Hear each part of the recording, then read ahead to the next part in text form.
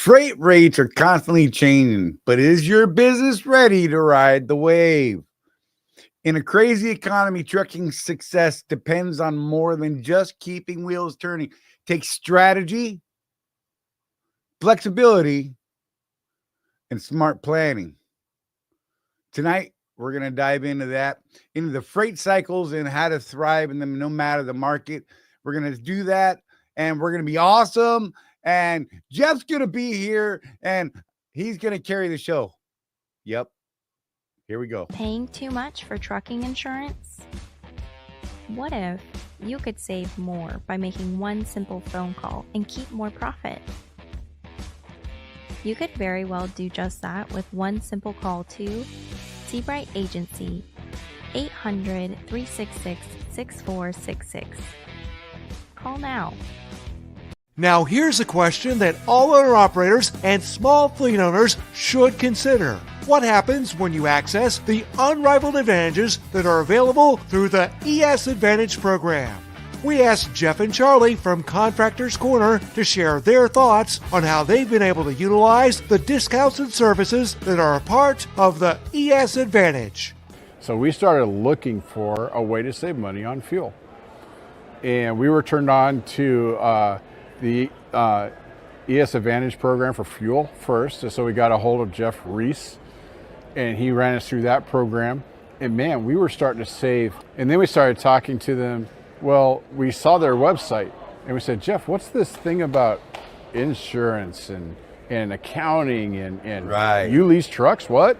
Right. And that's the thing, is we only knew it as a fuel card. And when we started digging deeper, I mean, we ended up getting hooked up with an insurance provider, Seabright Agency, and they created an entire insurance program just for us and our people. And from that, we've learned that, you know, now there's even more potential.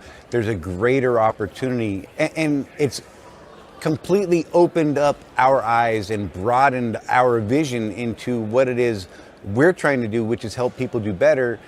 Wrapped with the ES community just makes that process so much easier. Now, if you're an owner-operator or small fleet owner and you would like to learn more about how you can drive savings to the bottom line of your business, the ES Advantage program has the discounts and services that deliver the kind of unrivaled advantages that are designed to help you improve your overall operation.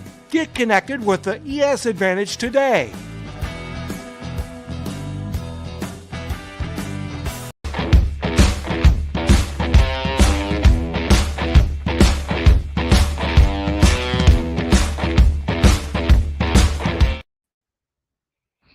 What was that, Charlie? What was that? Charlie's put himself in timeout. I don't know what to do with that. It's Charlie's show. That was just good times. Okay. And then I threw in that extra little stinger on you. You're like, wait, what happened? So Craig's got the new Volvo. I want to touch on this real quick before we get into our topic today. Yeah, go for it. With the EPU, which is the battery packed one, right? He just sat an entire 34-hour reset, and that truck did not start the whole time. Right. And he was running his heat, TV, and PS5 on his reset. That's hot. That's impressive. That is impressive, Charlie. Indeed, it is, sir. Because that was one of the questions we had, was how good is that EPU? Right. Right. So that's pretty solid. We'll have to see how long it does that, though. Well, here we go.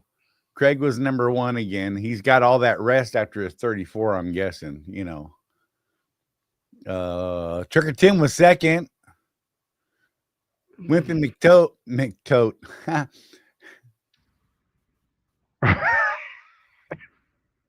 Number 3. Broken. The attachment. They're not connected today.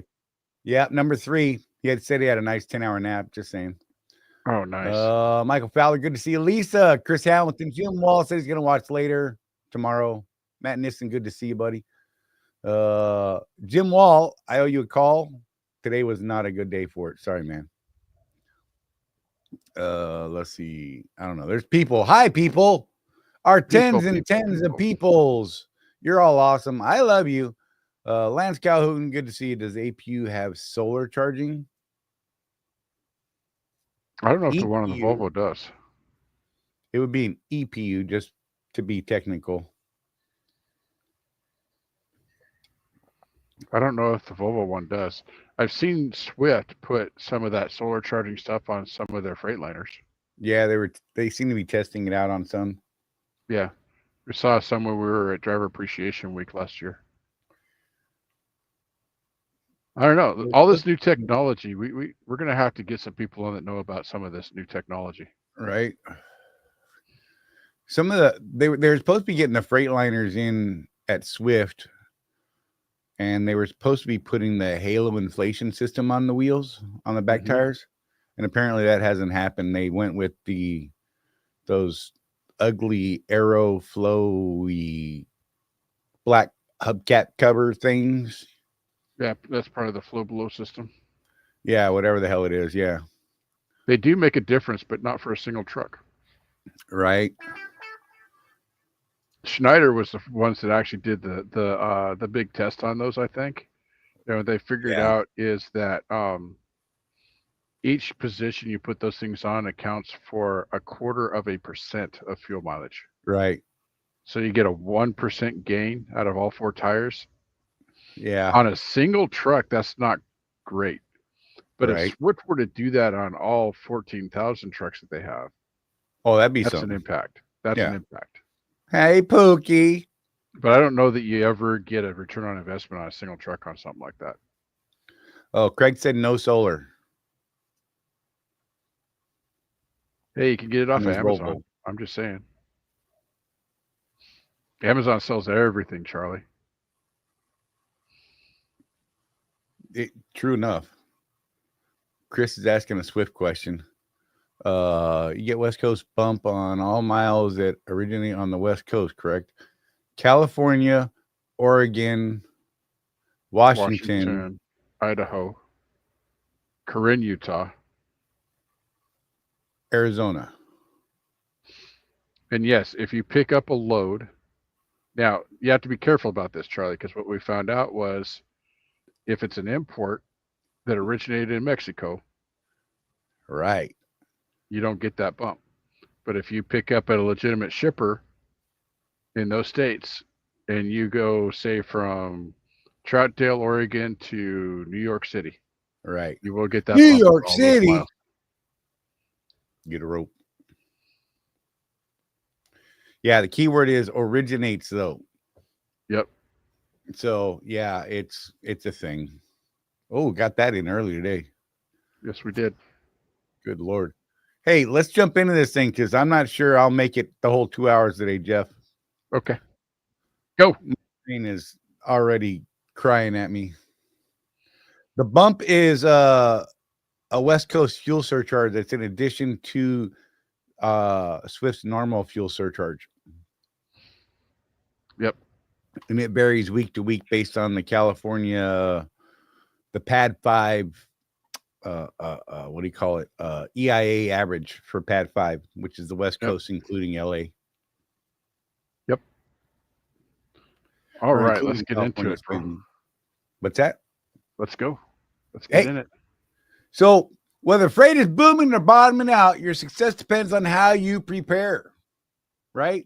The economy, fuel prices, seasonal slowdowns, customer demand all play a role, but with the right mindset and tools, you can stay ahead. That's what we're going to dip into tonight. We're going to be trying to unpack some of the freight cycles, business positioning, and diversification. Oh God, these words are going to kill me tonight. Diversification strategies that keep your business profitable. What is a freight market cycle? Well, that's, we're going to kind of explain an explanation of the market up and down, the peak, decline, and recovery. That's kind of the 3 positions that the market will be in typically. And what factors drive the cycle. Words are not going in the right order in my brain. Well, they're in my brain, right? Not my mouth. Anyhow, good Lord, deal with us. Supply and demand during the booms and going under and bust. I give up. Bye. Yeah. Just like no. So market peaks and the cycle, right? Charlie's got a cool graphic for this. Oh, which I don't have loaded. Bear with me. See, I knew I was. Oh, I thought you did. Oh, okay. So Charlie's going to load the graphic so you can get a little bit of a look at it. If you're driving, don't look. Just saying. Just listen.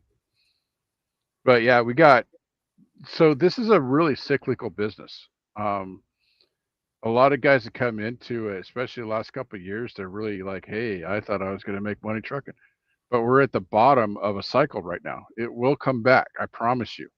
Because, Charlie, if it doesn't come back, we're in some serious trouble as a country.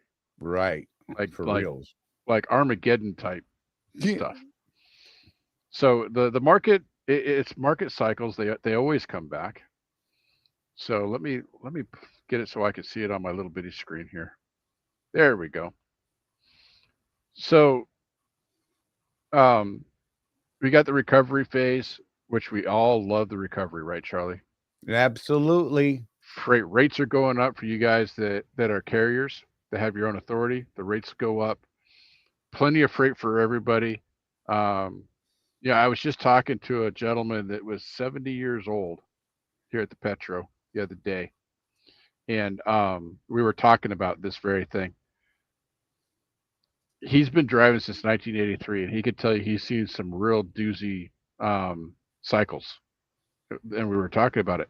As recovery happens, rates go up, and you start seeing more and more freight available as well. But it hits that peak, right? And what happens? No, so we just saw this, Charlie.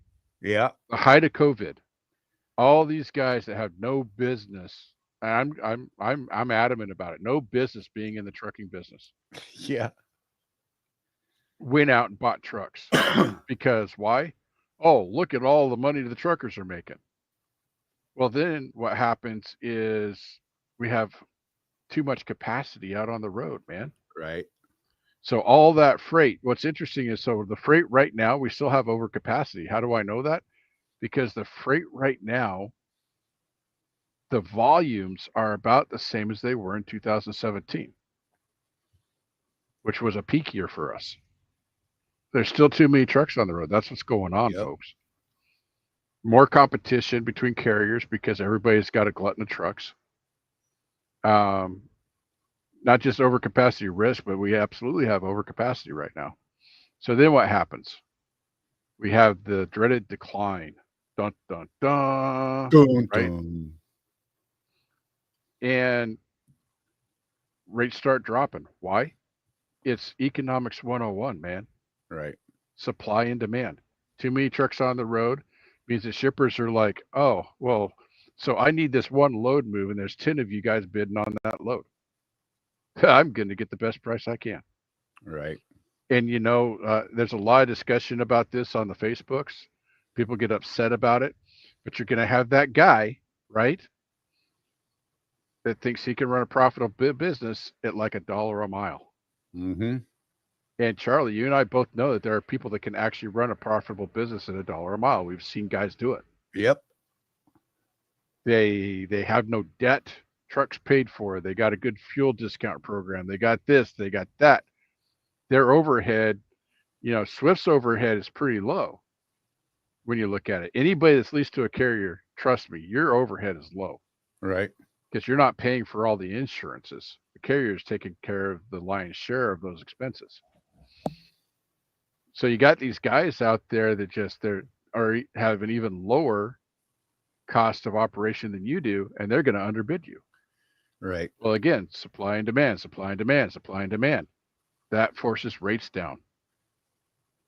And it takes a while for the capacity to leave the industry, because what happened this last time is banks literally said, no, buddy, we don't want your truck back because we know we can only sell it for half of what you borrowed.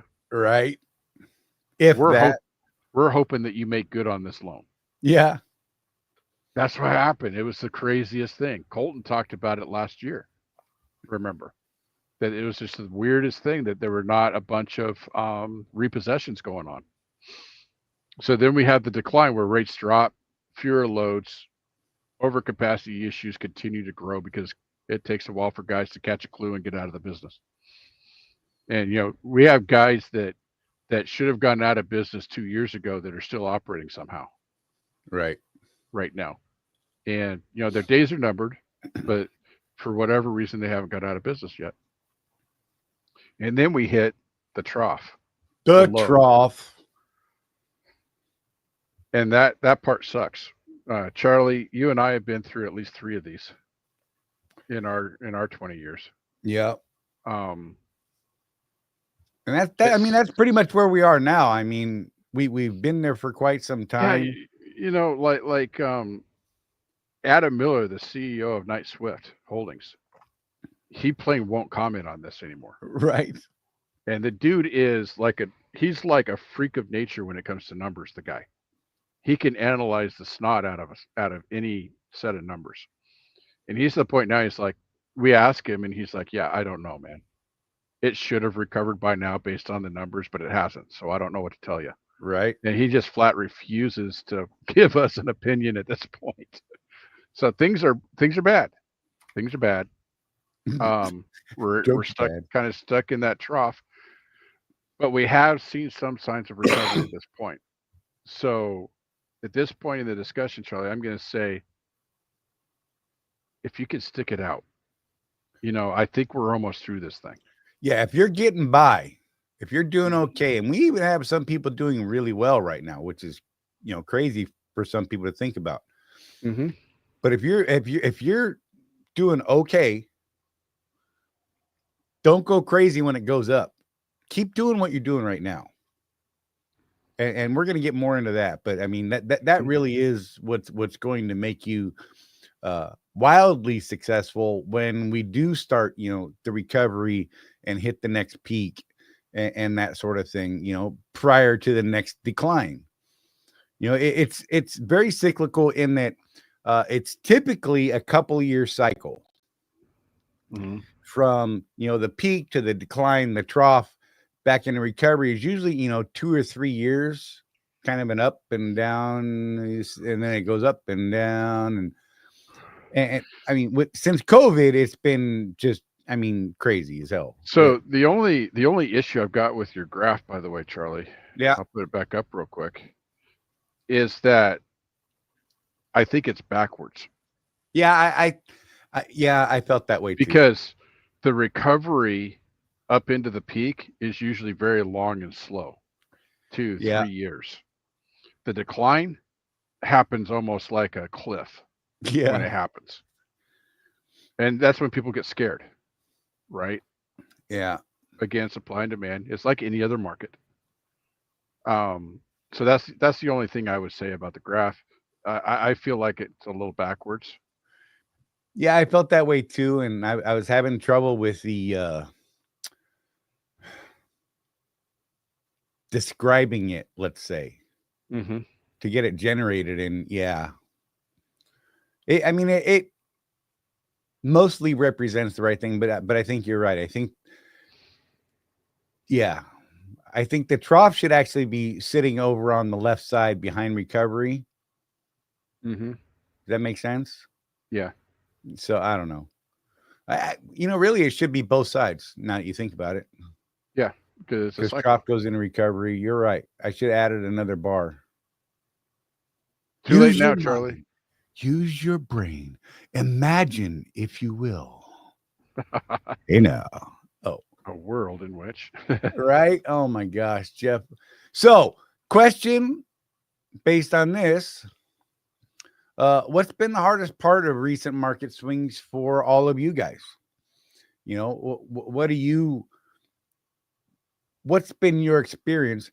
Some of you guys have been out here for a long time. Some of you guys started in this chaos. Right. So I think it might be interesting to see some comparisons. Lance, I have your question starred. We will definitely come back to that. I like it. Uh, Chris Hamilton, I actually showed a decent profit in my first year. My accountant at CFO said my numbers were pleasantly surprising to her for a brand new owner. There you go. Chris said, thanks, community, for all the help. That's awesome. And, you know, Chris is one of our poster children. Like the guy, he's been on it since day one. Right. And You I had dig the purchased hell out before of him. you even leased a truck. Yeah, I mean, we were coaching him, you know, well before, and he was listening, and he's, you know, trusting but verifying, right? Doing some research on his own, coming back to us. Well, what about this? Okay, we have an answer for that, you know. And and look, here he is. He's done well, and I'm super glad. I fully expect him to join the Western Star Mafia soon. Right? So, Jeff, how do we actually stay profitable when weights drop? So I learned a lot in that crash in 08, 09. That was my first one. Right. And I had it in my mind, I'm not going out of business. I was that guy. I had just started in 07 as an owner operator. Yeah. So 08 hits and it hit hard, right? To the point of, what did I just do? So, you know what I did, Charlie? Because I had the mindset of, I'm a business owner. Let's figure this out.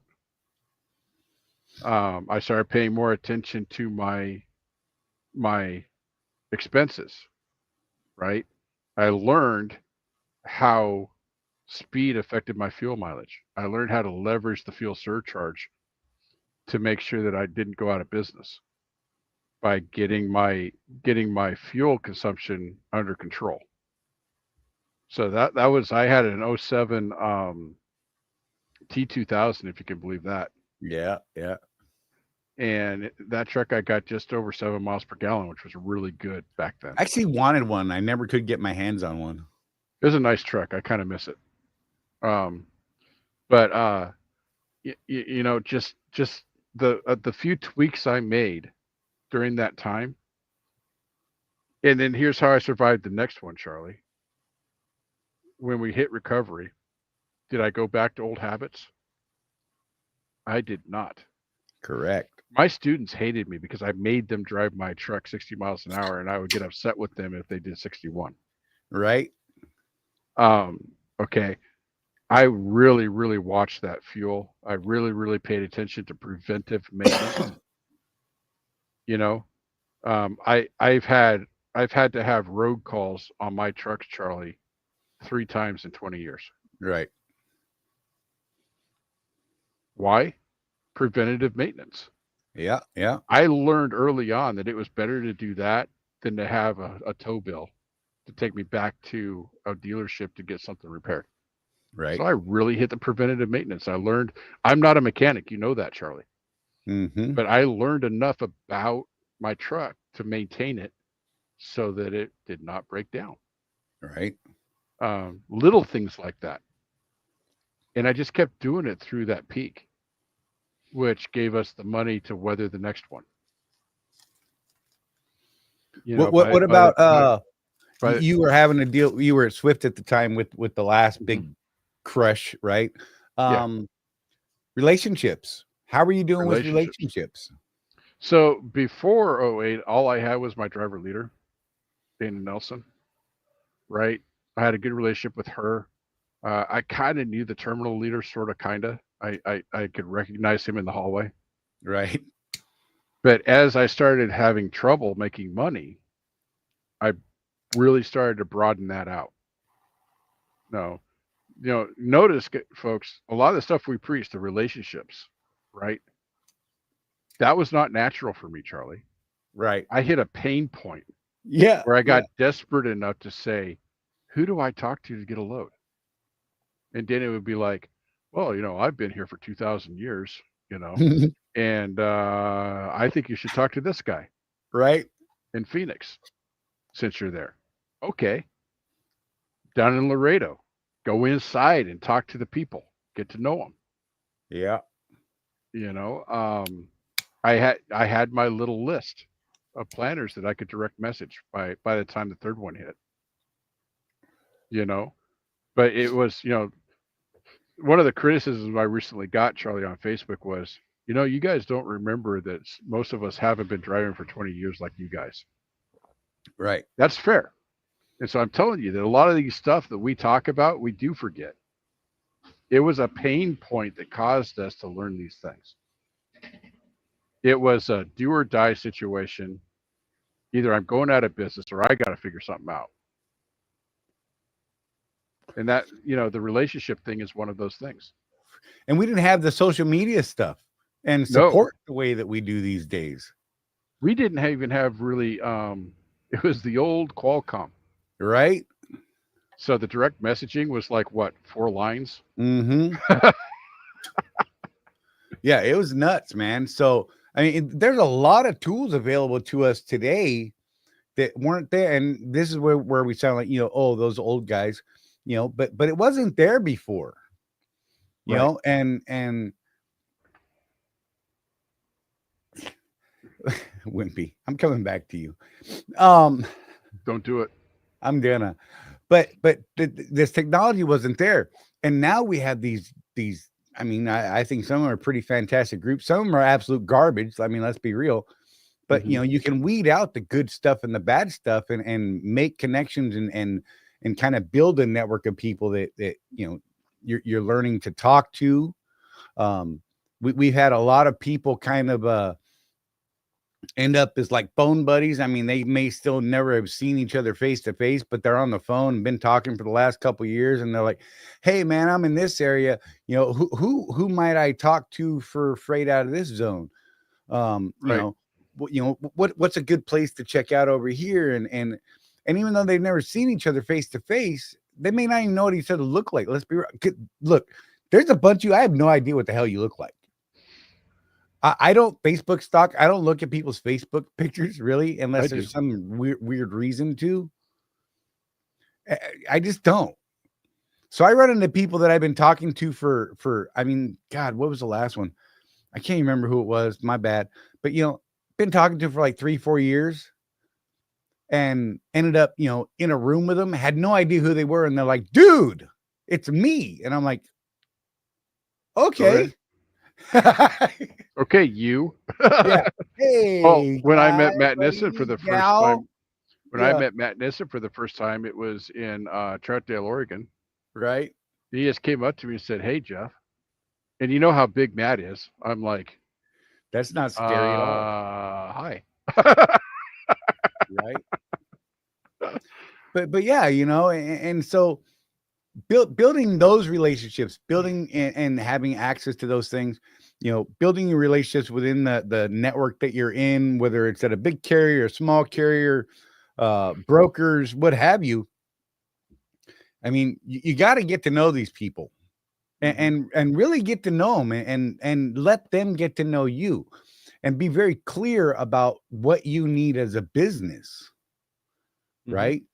You know, if you can, if you're out there running your own numbers and you can build relationship with direct customers, man, that's the way to do it. Let's be real. Direct Well, yeah. customers is the holy grail.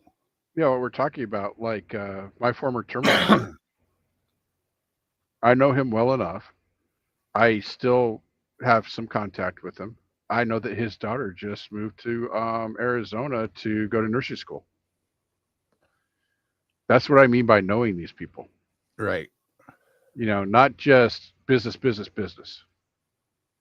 Hey, how are you kids doing? Charlie, how's those migraines? You know, Right. really get to know them. Believe it or not, taking the time to get to know people really, really gives you a leg up. But you have to do it from a sense of humanity. You can't just be going, all right, I need to manipulate this guy. It don't work. It don't work, Charlie. You've seen people try to do that. And what happens? They get found out pretty darn quick. Right. And, you know, we always say that what business truly is serving other people. You know, you look at a Swift, a Schneider, a Werner. You're servicing them. you're providing a service to that company. You're providing a service to those people. So, yeah. Checklist for surviving a freight market downturn. Ooh, Charlie's You like getting that? all I gotta pull it up. PDF-y on us. So PDF we're on gonna us. kind of crush this last little bit here into these 8 points, I guess. I think it's 8. I don't know. I think it's 1, 2. It's 8. I get past 4. You know, there's a thing apparently with the human brain that when it starts counting and trying to keep track of things, that the average person, their brain goes, okay, 1, 2, 3, 4, many. Yeah. It's funny. I didn't realize that because that's gonna make me sound dopey, but whatever. I sound dopey anyhow. So when I'm counting pallets coming off the truck, it's like one at a time, and there's a couple minutes, and then I'm like, all right, that was 1, and all right, that was 2, and after about 4, I'm like, man, you guys, I lost it. I think you have 5 or so now. Let's really check those stickers, guys, right? And then I found that study, and it said your brain goes 1, 2, 3, 4, many. And I was like, it's science. It's not. Well, just in the stuff that I'm doing outside of Contractors Corner, Charlie, Yep. we teach that when you're looking at action items for your company, 3. Right. You want 3 main action items that you're going to focus on.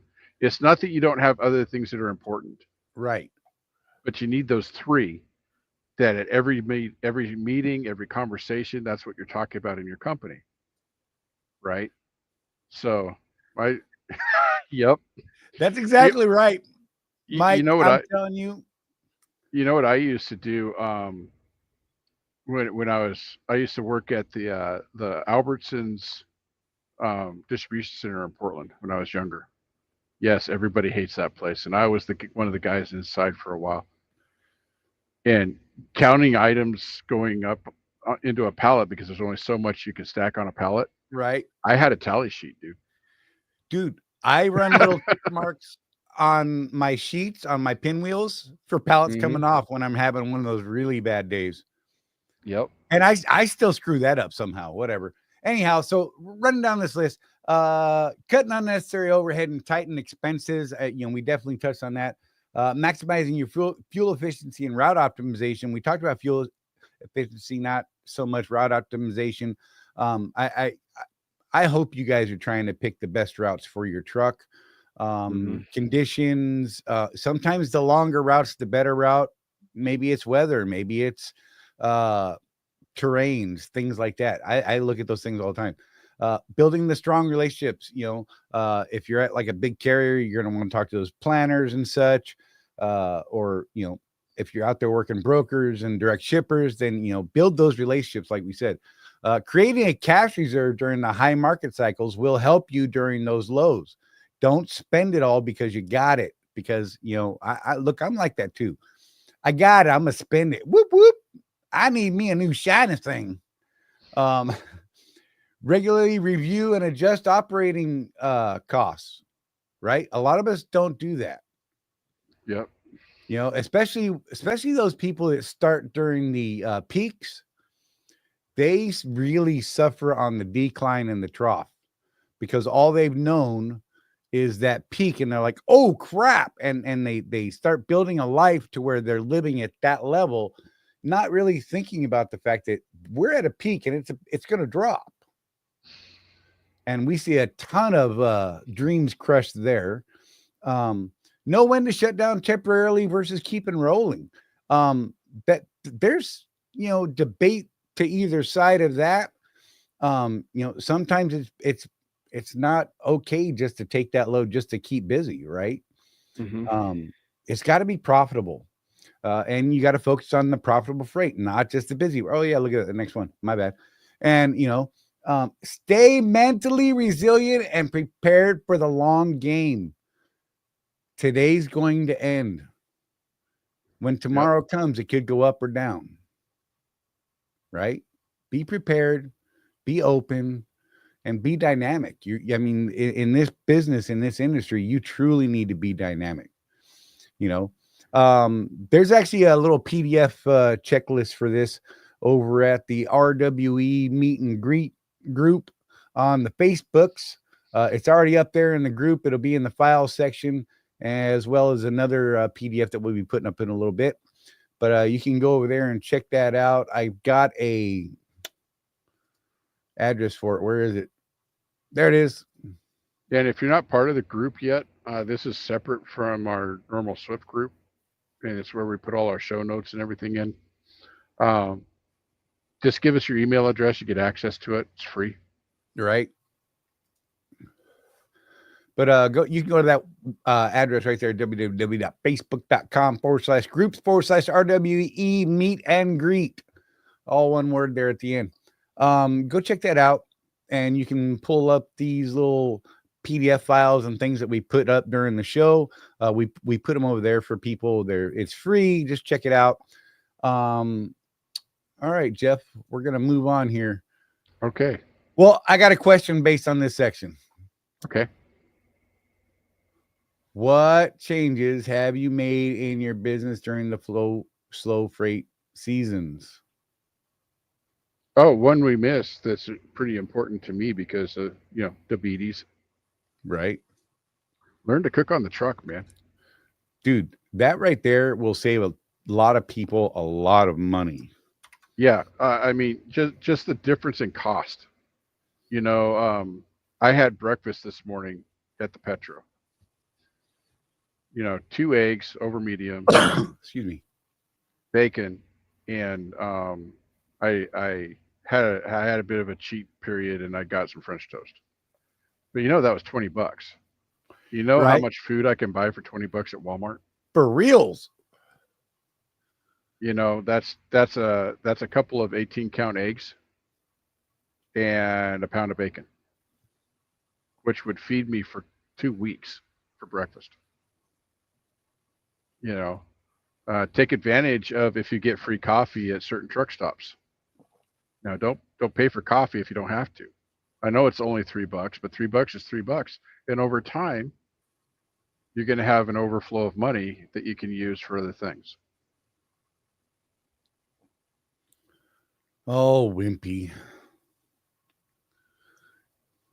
Clearly, you're at a magic company that has never had any issues acquiring freight because they have, they built great relationships with direct shippers and that sort of thing. Anyhow, moving along, Jeff, we're going to dip into thriving and strong markets. How to maximize profits when the market is hot. And I've got a little graphic for that one too. Ready? Okay. See if I hit the right one. There we go. I got it. Let me take down my question. But so we're gonna dip into this. Locking in high-paying contracts or long-term freight details, right?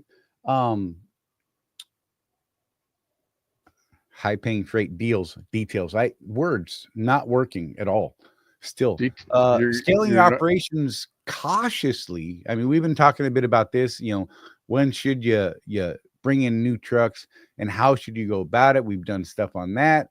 But yeah, I mean, how to add trucks and drivers in a strategic manner, because that's the time to do it. See that recovery and reaching for the peak. You want to be running at the peak with that. Yes. So the not being emotional, that's a big deal. That part is huge. Don't be emotional about, woohoo, I can go buy that Raptor. That's an emotional response. Right. I'm just saying. Yep. But I mean, and saving and reinvesting, don't overextend yourself here. Mm-hmm. A lot of people have a tendency to do exactly that. And that's problematic, guys. And this is a good time for me to mention, Charlie, I actually have a framework that will help you guys with this that I'm going to be bringing to the school group over the next few, I'm going to say months. It'll be part of the training I'm going to start in a couple of weeks. A way of managing your cash flow to where you can see right away. Here's the money I can reinvest in the business. Here's the money that needs to be for operations. Here's the money for taxes, and Right. here's the money that's my salary. Quick, dirty. Because here's the fact, Charlie: most business owners don't know where their money is, It's where it true. comes from, how much they actually have. I just talked to a guy in the truck stop. I make $200,000 a year. Well, you get talking to him, and he really makes 50 when you get down to his bottom line. Okay, you got to know. Don't bury your head in the sand on that stuff. If you're going to reinvest wisely in equipment, tech, and training, make Right. sure that you actually have money to invest wisely in equipment, tech, Right. and training. Don't take money that you might need for your mortgage in 3 months. Okay. Yep. Strengthen broker and customer relationships. Huge deal for us. And you know, and it's funny because whether it's up or down, what are we saying? Keep building those relationships. Yep. You'll see the trend here. It's all about relationships. Focusing on your operational efficiency and cost control, even when it's up, because those who learn to live in the lean times can squirrel away an awful lot in the peaks. Right. You know, one of the changes in my operation since I came over to Panther, Charlie, is there's sometimes where I've got to do 70 miles an hour. Right. And we've talked about this. For those loads, I'm like, okay, that's going to require me to go faster than I like to go. Right. Let's talk about a little more money in that deal for fuel. And they're open to it. Right. You know, so yes, we advocate driving slow, but if you can get a bump that would pay for the extra fuel because the load's just that tight, I would take that all day long too. Oh, absolutely. But you got to know your numbers to be able to do that. Right. And during that peak and that boom and that, you know, strong freight market, right, as we titled it, you got to plan for the downturn before it hits. Right. Right. You'll start seeing the indicators. And even before those indicators, you should be squirreling stuff away. So that you're not scrambling. And this is where I wrote my little note, Charlie. Right. So you know. Yeah, you go for it. So as you're planning for the downturn, so important. Because what happens a lot of times is, and we've seen this in our group with a few people recently, things don't go the way you thought they would. Right. So it totally kills your vision. Don't let it kill your That's vision. life. That's life. Sorry. Yeah. So you had this vision when you became a business owner that you were going to do this, this, and this in the next 10 years, right? Don't let that little downturn kill that vision. You got to stay strong. You got to stick to your plan. Maybe you alter it a little bit so that you can still meet those goals that you originally set. Maybe it just takes you another year or two. So what? You're in it for the long term, right? Right. You're not in it for next week's paycheck. You're in it for 10 years from now when you have a small fleet and you get to run that fleet from your house. You're not driving anymore. You get to run your business instead of run your truck. You know, if that's your goal when you come into this thing, that should not change just because of a little downturn. Right. You know, we know of a guy, and that guy, we know of a guy that downgraded his fleet by half because of this downturn. Right. But he didn't go out of business. He adjusted based on the volumes he was seeing because he was what, Charlie? Tracking the metrics. I was just going to do it. I knew you. That was a perfect setup, man. Good. Tracking the metrics. He knows his operation. He knows what the freight volumes were doing. And he's like, oh, crap, I can't support 100 trucks. I better go down to 80, which turned into 60, which turned into 50. And then as things have started to get better, he's looking at, let's get it back up to 100 trucks now. You know, running the business like that, paying attention to the metrics, man, So Yes. important, because then you can react without emotion. You're just looking at numbers, and you're making decisions based on the numbers, and that's how you should do it. Don't be scared. I think I know most of our people here, so I don't think any of them currently on. But if you're watching this on the replay, have you ever scaled too fast during a strong market, and what would you do differently? Jeff and I have seen this with a lot of people over the years, where basically like during the COVID ramp up. Oh my God, these Hey, people went out and just dumped money and got all these trucks and I was almost one of them. Remember? right. But because I have Charlie as my coach, we started Poor looking bastard. at things, and we decided, I didn't come to this decision on my own. If I had gone on my own, I probably would have made some knee-jerk reaction to the $4 a mile freight, went out and did what I was going to do. And right now, I would be out of business.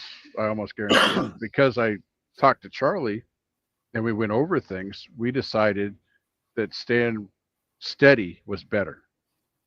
Because literally, Charlie, I would have gone out and gotten my authority. That was the peak. Right. There was nowhere to go but down at that point. Right. So Yeah. I mean, it would have been a valuable learning. that would have been just as valuable as having those tires on my truck. Yes, XDN2s. Oh, that good times, sir. Sucked half a mile per gallon out of my truck. All right, take us into the next one, Jeff. Oh, am I doing it? Yeah, why not? Hold on, I got you full screen. Hold on. Oh, my bad. Well, I like to see the graphics, and I've got this little 14-inch screen I work off when I'm in the truck. Ooh, diversification and long-term stability. Right. This is another thing we're going to be going over in school. That's Yes. SKOOL, by the way. So, why diversification is key in a volatile industry, right? Right. Wow. Everything. What is that? That was my phone. I forgot to mute it. Lance Calhoun just requested to join RWE. Thanks, man. That's what that was. That was awesome. Nice. Threw me off. I appreciate it. Adding income streams. Look, if you're out there running numbers, running a dispatching company, consulting, or a freight brokering, right? There's quite a few businesses out there that, they're running their own numbers. Sometimes they've got 10, 20 trucks, and they start splitting it out, and they're doing, hey, I got a dispatching option. I can help you build your thing, consulting, or, maybe they're brokering freight directly. Creating passive income to stabilize seasonal slowdowns, right? What is passive income? Well, that can be an awful lot of things. You could start building up some real estate. Let me put this one up. Here's another checklist here. And I forgot to open it on my other screen. My bad. Here we go. This way I can see it. But adding income streams, dispatching, brokering, consulting, real estate, investments and rentals on the passive side, right? Building direct customer relationships, once again, relationships, to reduce your reliance on the spot market, if that's what you're doing. Right. If you're at a big carrier, then of course, relationship, be the go-to guy, be the go-to gal, what have you. Be the one that they want to work with when things are slow, because when they got 10 guys to pick from, look, to pick you. Yeah, look, they say we plan by PTA. They also want to make sure the load is completed, and how do they do that? The people that they know are steady eddies, right? Right. Lance said, hit the like and subscribe, peoples. I like it, Lance. Thank you, buddy.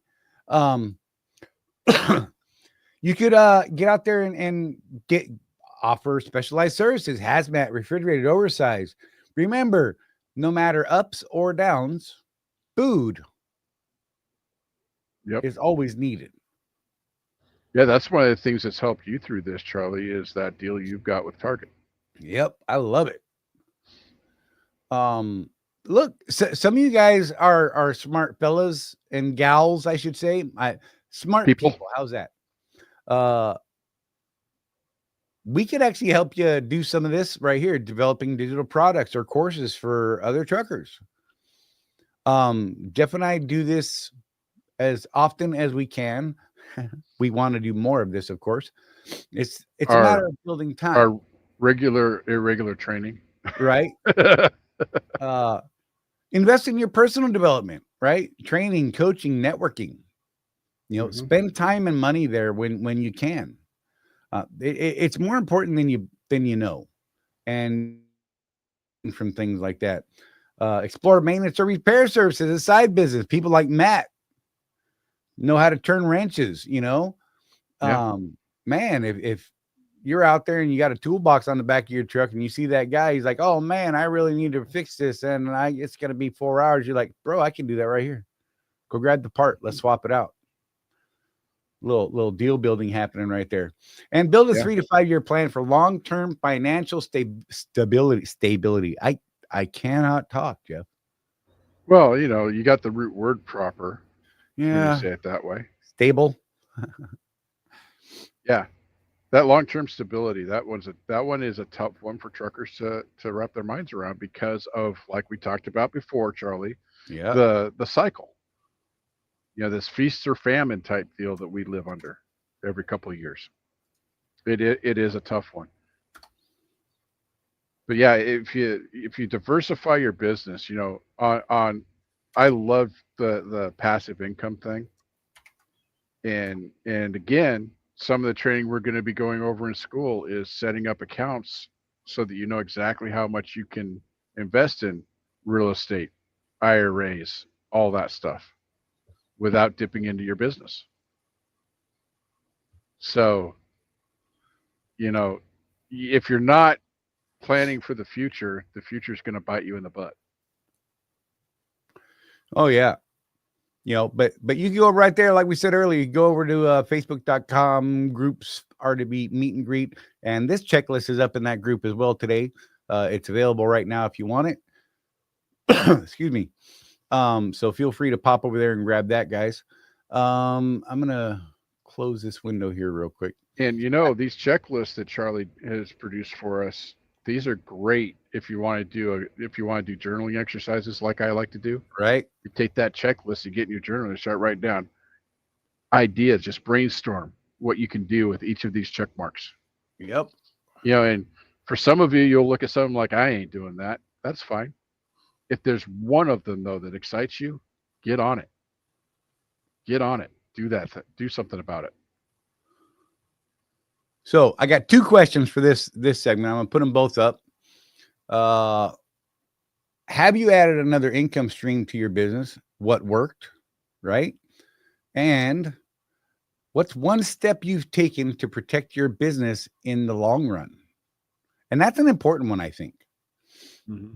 You guys have heard Jeff and I talk about this stuff all the time. We did this to set us up for that, right? Yep. I'd like to hear some examples from, the tens and tens of viewers, right? What have you been doing to try and survive the ups and the downs and to plan ahead? Mm-hmm. But again, I've actually got more questions here. And this is that part where I'm going to put up those 3 questions that I'd like, if you're watching this, now or later on the replay, this is going to be pinned at the top comment to share your answers to these questions, right? I'm going to put them up here one by one. Bear with me because I like to have them on the screen as well. So here we go. First one is, how has the freight market affected your business in the past year?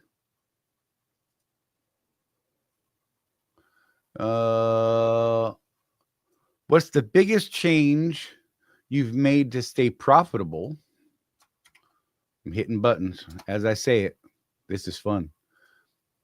And what would you tell a new trucking entrepreneur about market cycles? And hopefully it's some of what we're talking about today. I would hope. Because I think it's pretty good advice. And it's not the only advice. This is not, by all means, not a definitive cover everything guide, right? Right. You know, we dedicate so much time for these things, and there's only so much we can do within the I like, time we have. I like the way Larry Winget said it best. I love that guy. He's retired officially now, by the way, so no more Larry. Good for him. But he said, what he teaches is a way, Right. not the way, but it is a way of achieving success. And that's the same thing with what we do. It's a way. It happens to be the way that we found success ourselves. Yep. But it's just one way. That's what's so cool about the freight industry, Charlie. There's only about 1 million ways to make money in this industry. For real. It's amazing. And at Road Warrior Entrepreneurs, we prepare trucking business owners for the ups and downs of the industry, guys. I'm doing my thing. Can you tell? Yeah. If you're serious about long-term success, join the private community at www.rwdrive.com. Let's build a business that lasts. Hey, you can see that scrolling across the bottom of the screen. And we're going to do this thing real quick because, reasons. We'll be right back. You're either running your business like an owner or like an employee. And if you're stuck in that employee mindset, you're leaving money on the table. Company drivers wait for direction. Business owners create opportunities. Company drivers chase miles and just drive. Business owners chase profits and know their numbers. Want to run a real business? Start tracking your numbers. Know your cost per mile and start saying no to bad loads. Drop "I run a business" in the comments if you're done thinking like an employee. If you want to take this mindset shift further, join the Road Warrior Entrepreneurs community at www.rwedrive.com, where we have profit boosting strategies, coaching calls, and real road warriors winning together.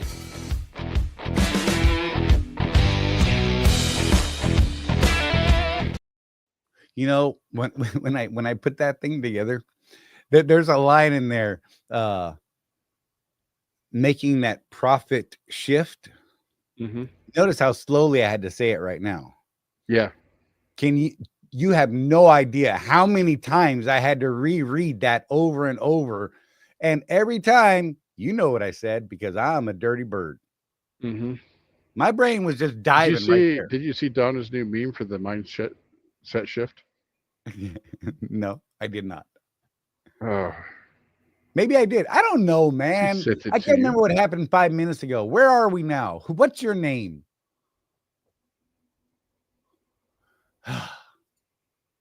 Morton Jeffrey A. Specialist. Yeah. Front, lean, and rest. Oh, what? All right. So we have a couple of start stuff and some good comments going here. Brian, real quick. Above all else, I just make sure that my maintenance schedule is met based on what the manual suggests. I figure if you're not going to do anything else, do your maintenance first. Absolutely. Yeah, your business completely shuts down if your truck shuts down.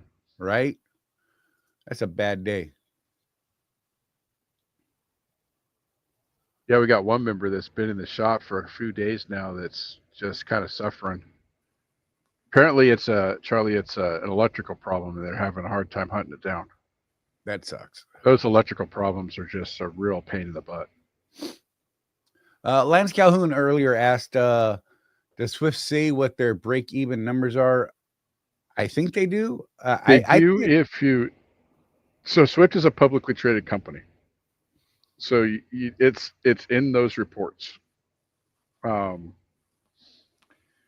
But I think he's talking about like for contractors. Oh. And I take issue with the numbers. I take issue with the numbers that they present. And there's reason. It's not that their numbers are wrong, Charlie. It's that they give the wrong impression. Right. Because they include stuff that I don't include in making the decision to be in business or not. Right. So it's a thing. Yeah. And Sean Thurman had a question for Jeff. Is your 16 lease to Swift a better deal? Well, Is it a better And the deal in truck than the 22 22 Western Star leased Star? the Panther. Which do you like better? Sorry. So I like my 16 better, but it's broken down in my backyard right now. Yeah. Real talk. Real talk. Yeah, I'll know my story and why that happened and how I spent a bunch of money I should. Well, no, I didn't. I spent it for reasons. Reasons. Um, Reasons are good. Family's so much better off because I spent that money that could have gone to the transmission, Right. and I don't regret it. The Western Star, No regrets. little less on the fuel mileage. So that's a hit for me. Having a paid for truck, that was the thing. Right. That was it. That was, man, I can't even tell you guys how great it was to not have that lease payment anymore. So from that perspective, yes, it was absolutely a better deal leased at Swift. My current situation, I'm renting the truck. I'm not even leasing it. I'm renting it. So totally different business model than what I was doing at Swift. I would say that at Panther, unless you are a team, it's really, really hard because expedited freight, most of it requires a team to run it. When I do run, I make more money than I did at Swift, hands down. You know, Charlie's actually seen my numbers. Yep. When the truck is running, I make bank. But, you know, just like some of you warned me about, that's not every week in this operation. So I would say I make, as far as the money goes, I make about the same as I did at Swift. But I have more downtime. So depending on your opinion on that, you know, I'm trying to grow other businesses while I'm on my downtime. So it's working out great for me. And yeah, I had that custom sleeper that I built into the 16, which I just loved. I really missed that, Charlie. Is Yep. that the custom interior is on this? I don't have a desk to sit at like I did in the 16. And that was a game changer for me. Right. You probably have noticed the difference in me since I got out of that truck. As well as that part. Yeah, I'm shorter now because I don't have my nice chair to sit in. Dude had an office chair, like a gaming chair in his truck. It was awesome. Yep. But, God, I would kill to have my chair. It's the more people that I talk to at other carriers. Now there are exceptions. So if you're the exception, Brian, Yeah. I don't want to hear it. But by and large, no matter what carrier you go to, you're going to make the same amount of money. Right. It's a matter of how much you're going to sit, how hard you have to work for that money. And that's personal preference. Like right now, I know of a need for a female team driver out of the great city of Memphis. Right. That that truck is paying the drivers $2,100 a week, and they're only working 5 days a week. They're home every Saturday and Sunday. By the way, if you're a female and you would like to hear more about that, you can get a hold of me on Facebook. And there's yes, that's there's a link to shameless it in the description of this show how to get a hold of each of us on the Facebooks. and yes, that's a shameless recruiting thing that Right. I'm doing for a guy. There's actually a couple of opportunities over there for teams, and I'm going to stress this: it's a Panther gig. You got to be a team, or it's really hard. Same household team would be the best ideal. Yes. So there's one truck that doesn't have any drivers in it at all that I know of. So we need the guy needs a team to go into that one. And then it's kind of sad, Charlie. I'll go ahead and say what happened. So this lady drove with her husband for years and years. They got this really great run with Panther. They run from Memphis up to New England and back, and they're home every weekend. And they were making between the two of them $4,400 a week net in their bank account, and home every weekend. Right. Her husband ran into some health issues and ended up in the hospital, so he can't drive. And this is a team lane, hardcore team. It's doing medical stuff. So I know of another truck that could get a similar type of deal going, that the guy has, and so yeah. Um, but that's the kind of money that a Swift driver makes, $2,200 a week, right? Yeah. What's the difference, Charlie? These people are home every weekend.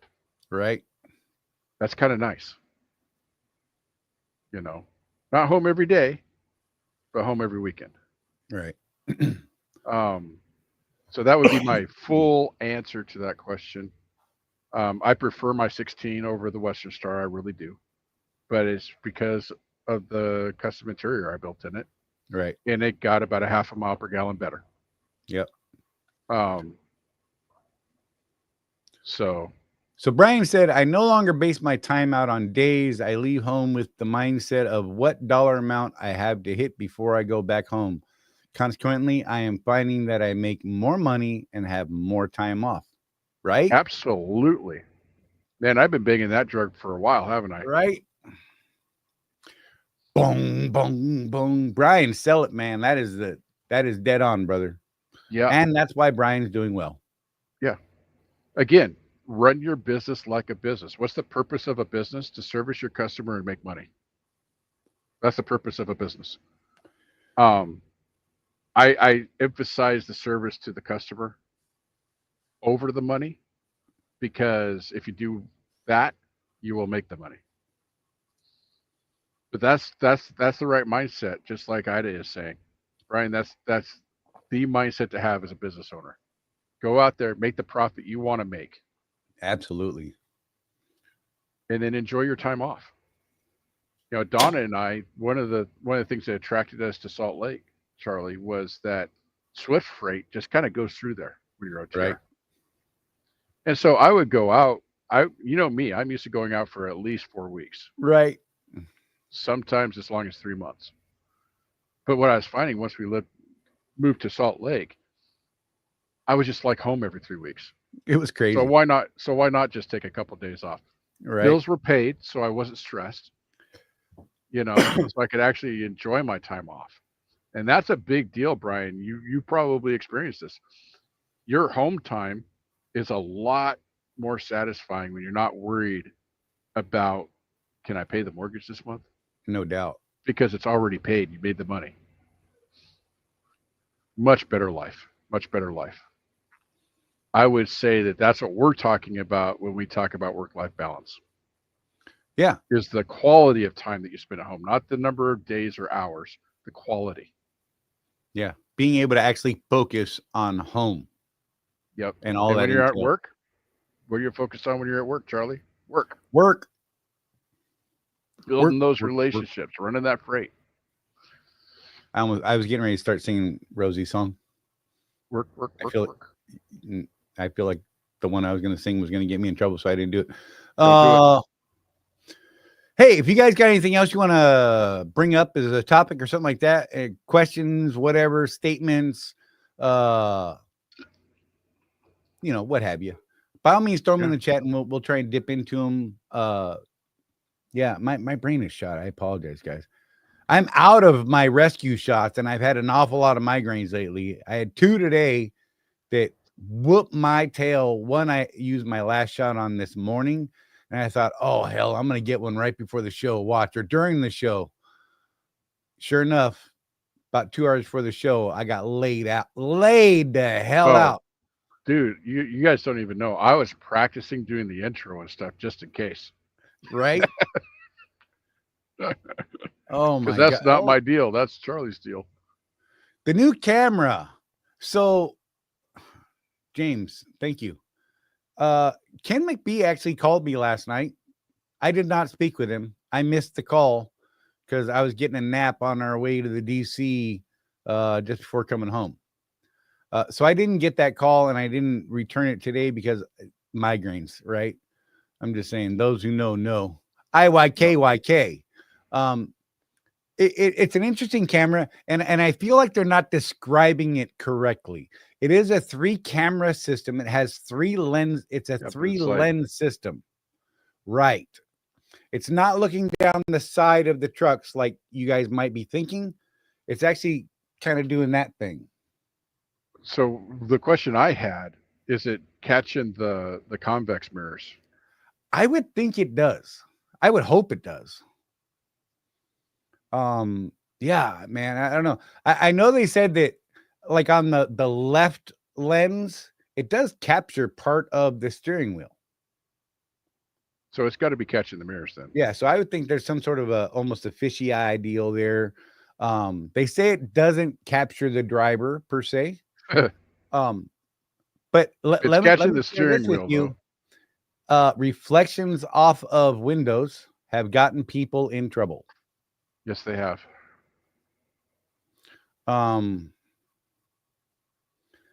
I just said bar none, excuse me. Bar none had them for a while. My brother was telling me about it, and I saw a video of it in action. It does capture the mirrors, not the driver, she said. Victor said, my geotab won't put me on the drive line. Any ideas? That's, I think that's a problem, and you need to get things replaced, bro. Yeah. I don't even know how that thing works. So, well, I mean, it's reading directly out of the ECM. So clearly there's some sort of problem there. And I don't know what part of the device, because, you know, there's multiple pieces. There's the tablet system with the software behind it or in it, right? And then there's the physical connection to the ECM, which then transmits a wireless signal, whether it's Bluetooth or whatever, I can't remember what it is, to the device that's docked on your dash. Maybe there's a bad pin. Maybe I don't know, man. Honestly, I wish I had a solid answer for you. So this would drive you nuts. The ELD that we have at Panther is not hooked physically to the truck at all. Right. So there's something hooked to the ECM that sends it up to the cloud, which then sends it to my phone. Wow. So I'm not sure. I don't have like an old Qualcomm satellite dish on this thing or anything. Right. So it's got to be through the cell towers, and I haven't had it happen yet. But I'm wondering, what if there's no cell signal? Look what Craig said. We lost 2 in Decatur with Netrodyne because of reflections. I did ask. I asked during their live yesterday if this is a system that maybe contractors could purchase, and this was my question: can a contractor purchase this system through Swift? Because look, I'm trying to get their buying power, right, and not have it monitored by Swift Transportation. And they like, we'll get back to you on that one, Charlie. There's our buddy Charlie. Yeah, that Charlie man again. I don't know. I didn't know how to take that. I wasn't sure how to take it, to be honest. I'm a little sensitive right now. I'm sensitive. But we'll see. I need to call Ken back because I'm sure he was actually calling me for that. And I'll try and get an answer for it. Because I mean, it's a pretty good system. It's a really good system. It's got the AI. It kind of alerts you and gives you kind of those of you who are familiar with the smart drive, when it detects an event, it's the event done. This thing will say, hey, you're getting a little close to the vehicle in front of you, and it'll kind of add some delay time, as I understand it. It'll give you an audible signal that says, hey, you're too close, and then give you a chance to correct that problem. See, that was the problem with the other system, is that it was like, bam, you're in trouble. Right. You're right. You know, so all those sorts of things. It does record audio and video facing forward. There is an option, or it's not an option. It's actually built into the main system itself. It does have a rear-facing camera. For you guys at Swift, that camera has been disabled. It is not a part of their working system. It is not working, and it comes with a cap over it. And there's no plans ever of putting that inward-facing camera on. But it does capture the sound, and it's 60 seconds, 30 seconds before the event, 30 seconds after the event. So, you know, I wouldn't say something stupid like, man, I really crushed that car like I wanted to, because that's probably a surefire way to lose. I'm just saying. hopefully our people aren't like that, but there's people out there. I've seen some wacky stuff lately. Yeah. Hey, I wasn't gonna do it because I didn't get the video. I'm gonna bring it up anyhow. Don't pee in a rest area parking lot when you're parked right near the bathroom, you lazy bastards. Oh, that guy. That guy. I had words with a dude the other night at a rest area in Florida. So I pulled in because I had to pee. And we're going to do a shift change, right? So I pull in and, I'm constantly watching everybody. So I noticed there's an empty space to my right, an empty space to my left, trucks in the spaces outside of those. I always try to, leave a 2 gap, right? I noticed that the driver on my right, 2 spaces over, was sitting in the front seat when I pulled in. I noticed the driver on my left was sitting in the front seat when I pulled in. He's taking a break, whatever, what have you. I get out, I walk inside, I use the old stand-up wall mount, had a conversation, sat down and talked with the older gentleman there. He was like 1,000 years old, and I dug him. I walked up as I'm going to the bathroom. I'm like, hey, how are you tonight, sir? And he's like, I'll tell you how I am. I'm old and I'm tired. I've been, how long I've been doing this job? And I'm like, well, how long, sir? He said 40 years. And then we started talking about wrestling and movies. And I'm like, hang on, man, I really got to pee. So I went inside and I peed, and I came back out, and then I sat down on the bench with this man, and we talked about old school wrestling and movies, right? And I was there, probably took 15 minutes. I walked back out to the truck, and as I'm walking down the right side, I noticed the guy that's parked on my right getting out of his truck. He didn't notice me yet, but I noticed him. And he climbs back there between the sleeper and his trailer and uses the employee restroom at a rest area. He's literally parked like right in front of the bathroom. It's a straight shot basically to the restroom from where he's parked. He's got like the best restroom parking spot in the rest area. It's a couple 100 feet to walk, no big deal, but he's been sitting in the driver's seat the whole time, to the best of my knowledge. He was there when, it's not like he got up and went, oh my God, I'm about to pee myself. I mean, those things happen. I get it. But then he jumps out of the truck and pees there on the tires. And I walked up, and as I'm walking by, I'm like, man, that's some lazy, nasty stuff. And this is why we get kicked out of places, and they won't let us park places, because people like you, especially peeing on the ground in Florida in the South, oh my God, that's going to smell. And I was pissed, and I was refused to wear flip-flops. Absolutely. Oh my God. And I was laid into this guy, and I was like, you filth flarn, lazy. And then I jumped in my truck and I grabbed my phone, and you should have seen this guy scattering. And I pointed my phone at him and I took pictures. I had to make sure the flash was on so he knew I was taking pictures. I didn't really care about the pictures, to be honest.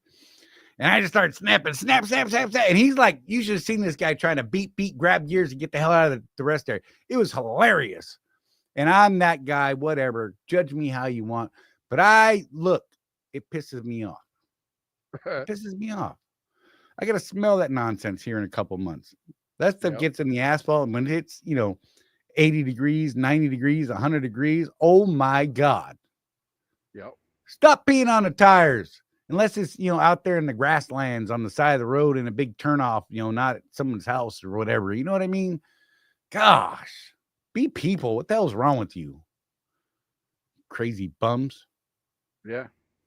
I thought for a second we might have a sword fight, though. He's one of your people, James, and I was a little upset. Just saying. We were gonna ask if Charlie had been able to get a picture of the guy. We were gonna ask if you knew him. We're not wrong. Yes, we are. Lisa, yes, we will be still doing the dash cam video contest. Yeah, we just got to work on some logistics for it.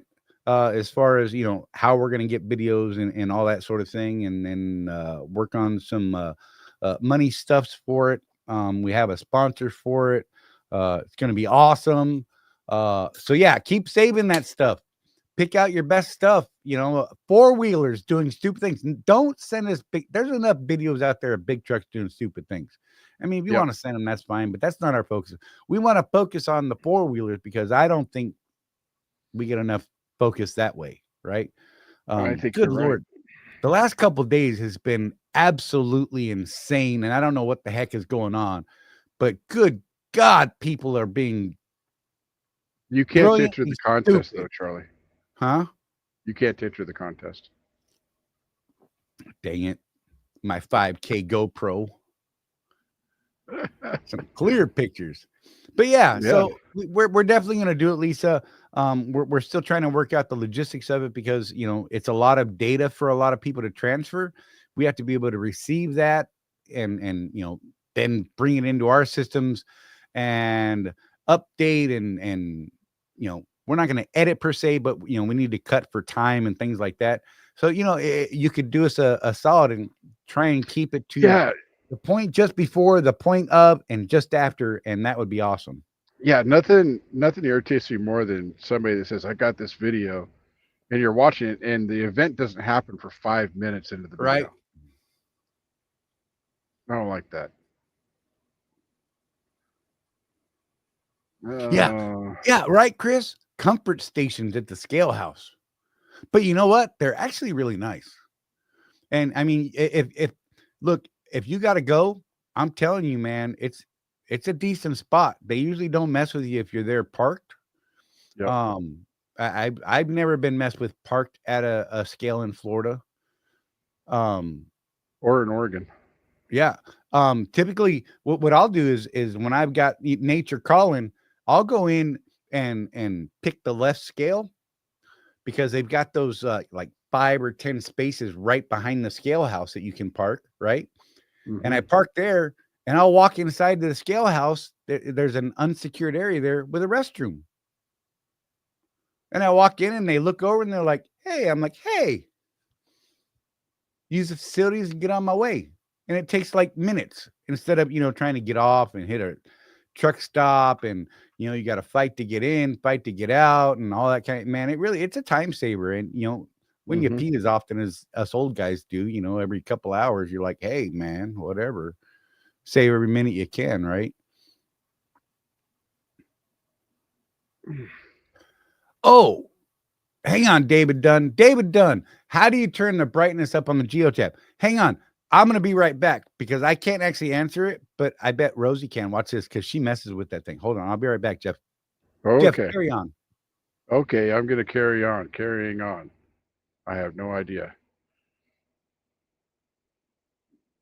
Yeah, I've parked at a lot of way stations myself. I know that people get kind of uptight about it, thinking that they're going to get inspected or whatever, but I've just never been even approached at a way station by an officer. So, yeah. I actually asked the weighmaster at the port of entry on I-84 in Oregon about it, and she said that there's a lot of parking there at that particular way station, and they love it when guys park there because they know that they're shutting down and being safe. So, and no, they don't mess with them. Brian Jess has got more. Another thing I've learned doing spot market and never doing drop-in hooks is how to manage a split sleeper and recap hours to make the money faster and get home faster and for longer. Yeah. Sounds to me like you've got some pretty good processes in your business, Brian. That's a good thing. Matt's got an answer, but I think we're gonna get brightness. We're gonna get. I'm going to lower this. Yeah, lower that for Rosie. Bear with me. I got to find the Hey, magic Rosie. button. Everybody say hi to Rosie. Look. She's coming. I'm growing. She's coming. There she is. Okay, so what was the All question right, so about? David Dunn asked, how do you turn up the brightness on the Geotab? Turn up the brightness, not turn it down. Either way. Okay. It's Okay, I just by accident. So I was driving and it was too bright, and there's the little 2 buttons on the very top, on the left side of the cradle. And I noticed that the volume, because I pushed the volume all the way down, and that's how I accidentally, at least that's what works for me on the truck. I don't know if that's one of the functions or what. So the volume button apparently changes brightness. So too. if you push it all, put the volume all the way down, and then because I've yelled at Charlie about it being too bright, and then I just go and tap it, and that works for us. So yeah. Matt says there's another way to do it through the settings button. I have no idea. I haven't played with it, so. And waiting for like the sun to set, and then it finally like the auto adjust is terrible. Yeah. So I just always keep it like when I start my shift, I just boop boop boop boop, make sure that it's like all the way down, so it's not too bright while I'm driving. I like them all nice and dim. And Ida said, hashtag we love Rosie more. Oh. That's why Ida's gonna get banned. Now get out of here. Thank you, my Mwah! Bye, Ida. Bye, everybody. She's gonna disappear. She's falling into a hole. Oh. Thank you, my love. Now get out of here. David Dunn said, thank you. I'm messing with it now. Let's see if that works. I mean, love you. So Love Mike you. Henderson, I think that's legit. Charlie, how many times have I complained about this? It was at the Huntington, Oregon scale when an officer watched a guy wake up, do no pre-trip, then he walked over and gave the guy a ticket. Dude, that drives me nuts, Charlie. You've heard me complain about that. Yeah. I'll be out doing my pre-trip, and literally the guy next to me, he gets up, opens his curtain, starts the truck, and leaves. Now, before you all say, well, maybe he was just on a 30. No, because he was there before I was. Right. Okay. That drives me nuts, bro. How do you not at least do at least pretend, bro? Right. You know?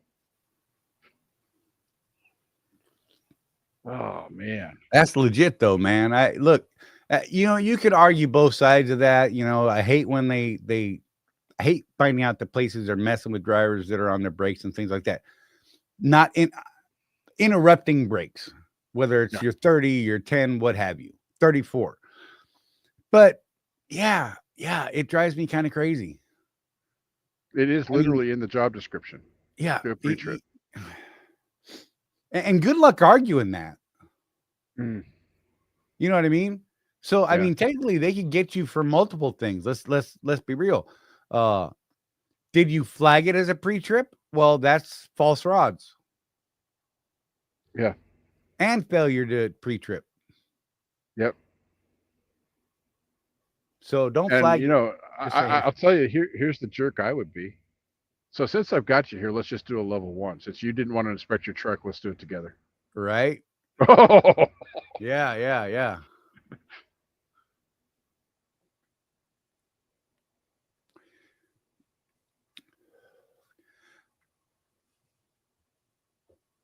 Let's argue. Show me the reg, Wimpy.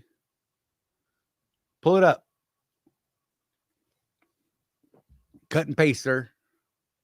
Yep.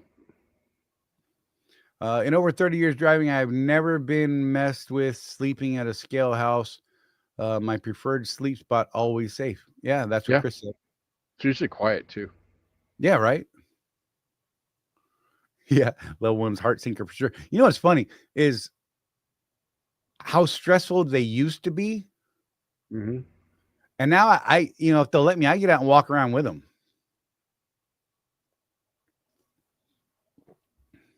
You know what I mean? So, Wimpy, if we go all the way back to when we were in school, 20 years ago now, a post trip is literally just walking around the truck, making sure your lights and stuff work. Pre-trip is where you do that 100-point inspection. That's literally what was in the book when I went to school. Right. So, stupid, maybe. But there is a difference. And you're right, Lance. It says that you must be satisfied with the safety of the truck. Yeah. But here's the thing. A lot of people will flag pre-trip, Mm-hmm. right? They'll put the little flag in there or add the note Mm-hmm. and log 5 minutes.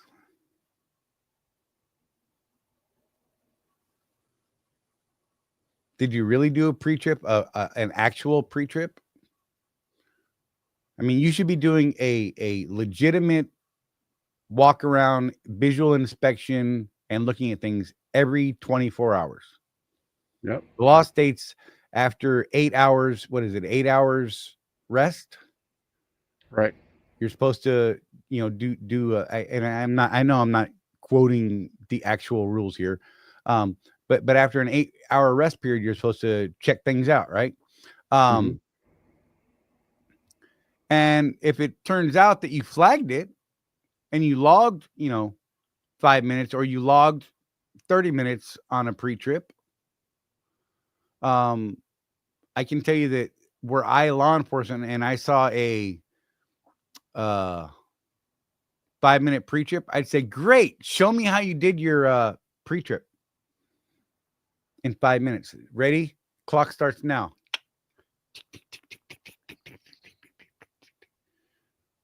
Because there's depending on what truck you drive and how much you weigh, it could take longer than that to open and close the hood.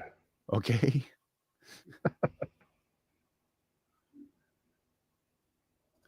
Hey, Chris, she's gonna stab you in the face for saying ROSEY. It's ROSY, you dope. Get out of here. No one's talking to you. Oh, my bad. Yeah. Now, if you are a company driver at a carrier, though, they can absolutely tell you 30 minutes. Right. And yes, the regulation states a reasonable amount of time must be spent doing a pre-trip and a post-trip. It doesn't specify a certain amount of time, so it's open to interpretation by law enforcement officers. Absolutely. And if you show a 5-minute pre-trip, I'm telling you, and they look at your logs and they're worth any kind of weight in their field, I'm going to tell you, show me your 5-minute pre-trip, sir, and I'm going to show you that you didn't do the things you said you did. Right. And now, okay, I'm going to write you up for a false record of duty status. My pre-trips are a different time frame every day. Yeah, log because I literally log as I do and do as I log. Absolutely. There's days when my pre-trip does only take 12, 15 minutes, but then there's days where it takes an hour because I got to switch something out. Right. I got to do something. If you're doing what you log and you log what you do and you're honest about it, a pre-trip's going to take you more than that 5 minutes. That's for sure. It's going to take you more than 10 minutes, most likely. The old paper log thing, 15-minute for a pre-trip, that's done, because with the electronic logs, if you're logging it as you do it and you're doing your job, what you're going to find, I think, Charlie, is your pre-trip's going to fall in that 12 to 20-minute range of actual crawling around and doing stuff. Yep. If there's nothing wrong. I just said they're looking for pattern logging. It shouldn't always look the same. Absolutely. Yeah. You're slow one day, you're fast another. You find a problem, you don't find any problems. I mean, all these things change that variable. I mean, you know me, Charlie. I actually log my time that I spend shopping for fuel every morning. I personally, and you guys could say it's wrong, I don't care. I just consider that part of my pre-trip. Yeah. Takes me about 5 minutes. So, 10, 15 minutes walking around the truck, 5 minutes for fuel. There's your 20-minute pre-trip. Yeah. So look, like Swift wants a 30-minute pre-trip, and they can tell that to a company driver. Yep. They can absolutely mandate that. And that's what they want mentors teaching their students. And that's fine. But, look, there are days when my pre-trip or post-trip are not very thorough. But I also crawl around my truck on a regular basis, especially when I had Chewy, because I was like creeper rolling underneath that thing all the time. I kept a creeper on the truck. It was odd. That 'Cause is that's the odd. only way I could move. That's kind of creepy. Right. Between that and the tires, Charlie, you should be in jail. Hey, what if it was one of the other creepers, Jeff, that you hear boom? No, You know what I'm I talking hate about? those guys. I hate those guys. Hey, remember, if you have a shield, Jeff, crouch with the shield and they won't damage you. Okay. Just saying. You could just let them run up and explode in your face. What I like to do is run. I like to charge them and hit them with a sword. I lost all my diamond armor. Yeah. I got so sad. Anyhow, those who know, IYKYK. Pay an hourly wage for the pre-trip. Watch the times change overnight. Well, that's true. Yeah. With the e-logs, I think that's more a possibility. Yeah. That we could see changes like that. Hey, look. Okay, so at Target now we have a new pre and post trip inspection for the Target trailers, and I was very grumpy about it. Like on day one that we were mandated to do it, which was April 2nd. Rosie and I, it took us about 45 minutes, and we were both like, "Grr, this is stupid. Grr. That's just stupid. Change bad." Yeah, and I had to hear about it. Oh yeah. And so there are mandatory pictures we have to take of the trailer. A minimum amount of pictures that we must take of the trailer. Then there's this long checklist that we got to look at and check boxes if they apply and all this other stuff. And then write out a description. If we find any deficiencies or problems, we got to write them out. Are they DOT, shutdown type things? Are they not? What have you? Does it need a service? Does it need to be serviced before the next time it goes out? And it's okay enough to get through the load. Those sort of things. Well, so over the course of our work week, we went from that 45 minutes or an hour kicking and screaming to we've got the pre-trip on the trailer complete with full documentation, pictures, written words, description of anything that's wrong, to about 10 minutes. And it's Rosie and I have this system where we work together, just gonna leave it at that. There's things I could say that would get people in trouble, whatever. But we work together and we go about the things that we go about, and we get all the pictures and all the requirements, and we know these things are okay at the time that we're ready to go. And then we have to do it when we post trip as well, when we drop a trailer. So anytime we hook to or unhook from a Target trailer, regardless of whether it's a DC, a customer, what have you, we have to go through this process and send this report. Cool thing is I actually have it send a copy to me in my email. And I like that. I have trailer numbers. I have what's wrong with that trailer at the time. I'm trying to figure out a way. I'd actually like to be able to go back and say, hey, this trailer, and put it in some sort of database to see what changes have been made since the last time I used that trailer. Mm-hmm. Versus what I'm seeing now and what I recorded last time. That would be awesome.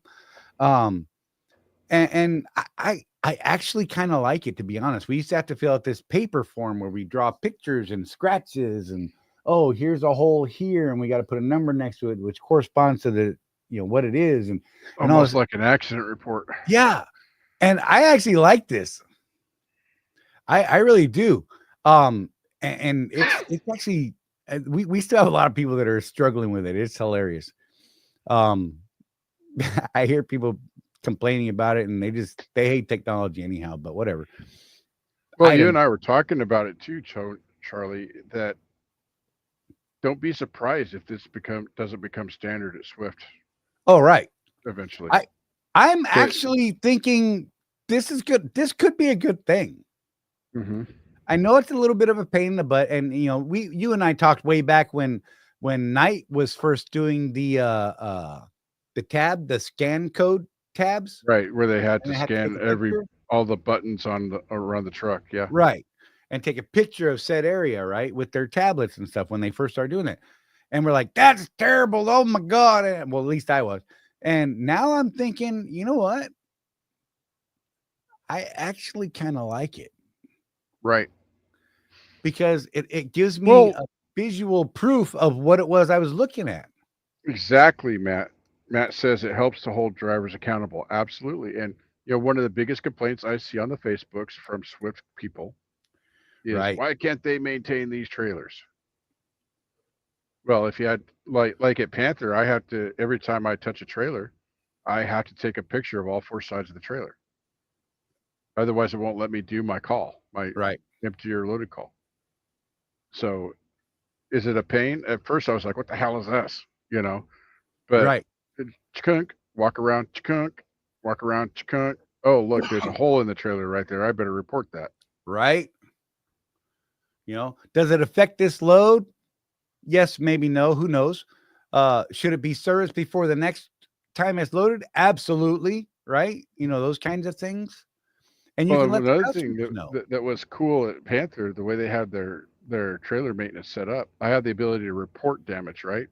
Right. And if I report damage, I have to take a picture of that damage, which Nice. then goes to the trailer department so they can say, okay, go to this TA. They've got, in the last case was a mud flap, needed a new Right. mud flap. That goes to them so they can see what I'm talking about. So I'm not trying to describe it over the phone while I'm tired. Oh, instead of the 10-minute conversation, I need a mud flap. It's already set up. Right. Oh, here's another good example of why this is good for us, or most people, I would think. So we would run into this problem at Target fairly frequently. Driver A dropped trailer off at customer B, right? And said, "Oh, there's nothing wrong with the trailer," but we weren't doing written and graphical post trips on these things. We're just like, "Yeah, man, it's fine," right? And then driver C goes into location B to pick up that trailer that's now been loaded with a backhaul, and there's holes and fresh damage or whatever. And that driver's going to have to take pictures and stuff of it now. But before, they'd be like, "Oh, this thing's got shiny damage." So they'd take pictures of it, and, before they hook on it, if they were smart about it. And maybe they'll give someone a call and say, "Hey, this thing looks like it just got hit today or something." But then you get back to the DC and they're like, "Well, sir, we're going to file a claim on this because this is, horrific damage and really needs to be repaired." And who's the guy that's now doing that? It's the guy pulling the trailer. Right. And I think that's BS. Because clearly we have photo evidence that the trailer was in good shape when we dropped it at the customer. And when the next driver went to pick it up, here's the photo evidence that before they hooked to it, oh, look, it was damaged in the middle. That's the customer's responsibility. That's not ours. My favorite is the like the alien forklift damage. Right. I haven't seen it very often, but every once in a while I see a trailer that forks have absolutely gone through the side of that trailer from the inside. Right. No, I dig it, man. Yeah, Lance said Landstar has lots of trailer issues. Nobody seems to know how to check ABS operate. Right. Well, you just cut the wire, right? Yeah, just if the light's on, just cut it, unplug it. It's fine. Yeah, Matt, at Bush, he says we have issues mainly at with the ultralights that have broken cross members or cracked frame. So many drivers just hook and book, Ida. Lord help me. I won't have to fight with them over damage that is ours anymore. The worst is claiming damage that was found while on the yard, but not on the return trip, right? I actually like the system, Ida. I was complaining up front. You know that. I was like, and I got asked a couple times, "Hey man, we're running this for a couple weeks. Why don't you try it out beforehand?" I'm like, blah, Bill Bill, blah, change. Nuh-uh. I waited till the day that Ida required me to do it, which was April 2nd, to do it the first time. Oh, Ida, you missed an opportunity. You should have told him April 1st. Right. Well, officially, according to the Target people, the 9th is the day that it's fully implemented. And Oh, we've okay. kind of been hashing out some minor issues. Like, so the required pictures, just as an example, state that you have to shoot from the front left corner. You have to capture half of the reefer unit in this picture and half of the side of the trailer. From an angular perspective, that's fine. However, people like me who have no gap between fairings and reefer trailer, all you see is the front corner of the reefer. You can't see the front. Mhm. So I'm like, okay, here's what I'll do. Before I hook to the trailer, we'll snap a picture, whichever one of us is in the right seat, out the right window as we pull up in front and we go find our trailer. We snap a picture of the entire front. So I've added a mandatory picture for Rosie and I. Instead of 5 mandatory pictures, we have 6 mandatory pictures that we take for our operation. Mhm. So that we get the complete front and the total wrap of the trailer. And when there's no issues, that's ample pictures for the entire thing. Hmm. And, with our phones being what they are, the pictures are actually really good quality. So you can zoom in and see things, man. You can see those scratches. You can see those little dings, and if there's, real specific damage, then you take specific pictures of those, make notes of that, down in the appropriate boxes. And it's fantastic, man. And just at the beginning of the week, I was like, "Rawr," and now I'm like, woo! I kind of actually would like that on truck and trailer from the company. It's crazy. Yeah. Yeah. Ida's being funny right now. So maybe she's not. Maybe it's just me. She said you could add empty Maybe trailer she to know. your post trip. Maybe she knows something. Wait. You're going to love this. So for the longest time, I'm going to throw that up there so it's on the screen. For the longest time, we had people who didn't realize they still had freight in their trailers for reasons that I can't explain. And they'd shut the reefer down and drive back to the DC. And then they find these 2 pallets sitting there rotten. Greatest during the summer, because y'all know how hot them trailers get in the summer. Yeah. And it just bakes in there. Oh my gosh. Anyhow, so they started, Ida started requiring her people to, at the end of the last load or the last delivery, you have to take a picture of the inside of the trailer. I'm like, I'm not doing that because I'm not stupid. Mm-hmm. And we fought over that several times. I'm just saying, I rebel. I don't know how she puts up with me. Honest to God, I don't. She doesn't. She loves Rosie. That's true. That's why she loves Rosie more. But you know what, Ida? You're actually right. This is actually a good time to do that. And maybe I'll actually start adding that to that. Because really, I mean, it takes a second. Right. And it verifies, hey, man, look, I'm actually dropping an empty trailer. Matt said, want to get paid? You don't threaten me like that, Matt. You shut up and stop putting ideas in her head. Thought we were friends, bro. Well, the contract says that all documentation must be submitted. This guy.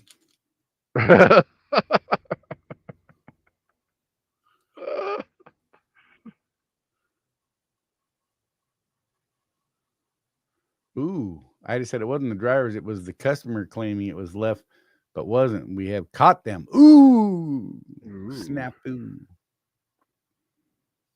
Is it wrong that every time I say snafu, I want to say out the all the words? Wrong, no, but you can't do it here. Or foobar? That's one of my favorite ones. Foobar, yeah. That was what, World War II, World War I, something like that? Yeah, When they that had a was character in the Army comic book named Foobar, remember? Yeah. Matt said, hey, I'm with you, but man, I'm tired of having to get trailers fixed, costing me time and money. Absolutely, sir. Yep. Look, this is real deal stuff. I'm just saying. But I you guys know how I am with change. I despise despise it. But I love new technology. But I'll grumble about having to use it when I'm told I have to use it. It's baffling to me. I'm broken. Andrea thinks I'm cursed. No, you're just thorough and observant. There's the word. There you go. You found a word. You could have helped me like I help you with names, sir. What? Yeah. You knew what the hell I was trying to say. I'm tired. I'm tired. I'm lighting another cigar. I don't even care. I have 3 this show. I don't even know. Cursed, he says. He says cursed. Yes. Matt's yelling at you now. All capitals. So it's funny. For a while there, it was like every day I was coming back with my trailer, and the guards are like, "What's wrong with it today?" And I'm like, "I need a red tag." Nice. And then I've actually had a pretty good run lately where I didn't need to red tag anything. It's been pretty good. If I'm making everyone happy all the time, am I really doing my job? Ida said, absolutely. No. Just make me happy. To hell with everybody else. My bad. I'm just playing. Look. I get some of the worst loads at Target when Ida's the one planning. Do you? Yeah. Drives me nuts. It's funny. She's like, ha ha. He'll take it because he doesn't even read them. He just hits commit. She's dirty. I love her, but she's dirty. So Ida, when you get a hold of me, I'm giving you California. How's that? Just to make Charlie happy. That's hilarious.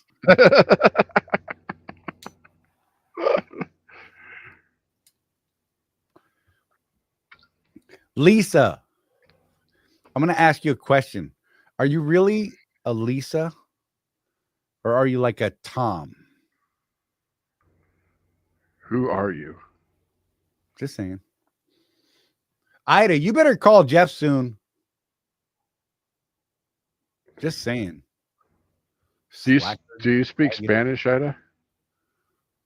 Ida, you should learn Spanish if you don't know it. I'm just saying. There's an opportunity we got.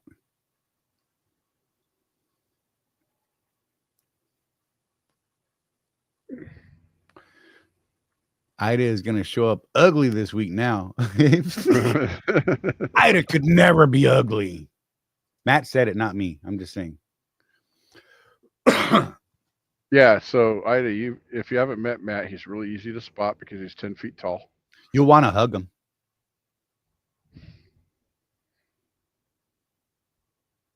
You speak Hebrew. Oh, wow. Right? That's actually really impressive. Just saying.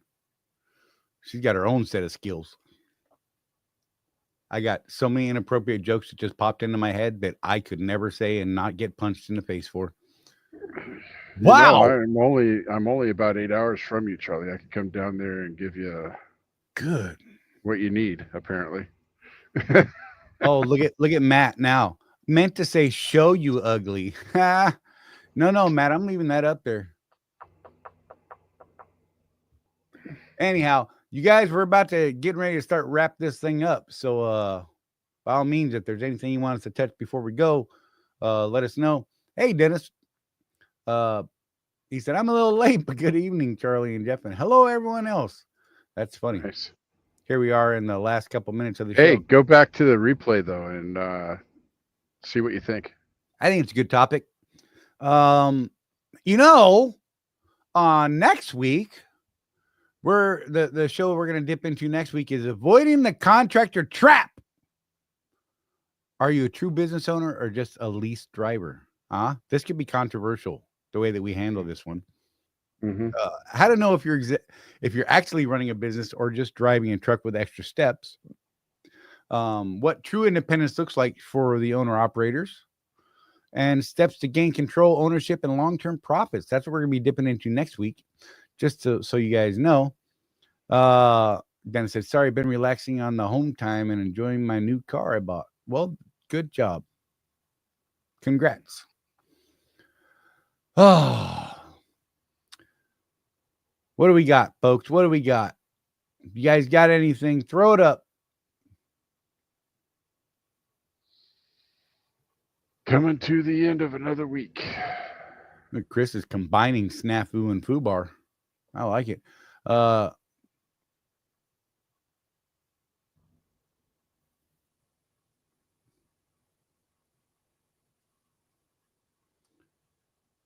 Whatever, Matt. People buying cars, crazy death traps. Just saying. All right, guys. I think we're gonna wrap this thing. Jeff. Hey, Charlie. Yes, sir. We haven't done a dad joke yet, so we got to do one. You ready? Go for it. What do Alexander the Great and Winnie the Pooh have in common? What is it, sir? A middle name.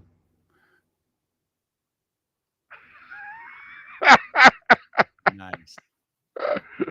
Let's see. Unleash the cat, he said. Matt.